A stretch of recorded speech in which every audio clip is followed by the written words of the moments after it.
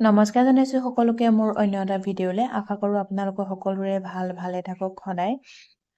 আজি দুইবিধ মাছ লৈ লৈছো ডাঙৰ আৰু সৰু ডাঙৰ মাছবিধ ফ্ৰাই কৰি আছো তাৰ পাছত সৰু মাছ ফ্ৰাই কৰি সৰু মাছখিনি কি মাছ চিনি পাইছেনে বাৰু দৰিকণা মাছ আজিকালি প্ৰায় নোহোৱাই হৈছে আৰু আনফালে এয়া ধৰিব পাৰিছেনে কি ভাজি আছো যিসকলে চিনি পায় ভাল পায় গম পাইছে চাগে মই কি ভাজি আছো এয়া হৈছে মাছৰ পেটু ভাজি আছো আনফালে কুকাৰত আলু আৰু অমিতা বইল কৰি ৰাখিছিলো লগতে কাচকল দি দিয়া বাবে কালাৰটো হেনকা হৈ গৈছে আৰু এয়া দেখিছে নহয় কেৰাহীত তেল দি থৈছো তাতে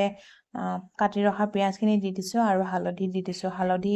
আৰু নিমখ নিজৰ সোৱাদ অনুসৰি দিব আপোনালোকে বস্তু পৰিমাণ চাই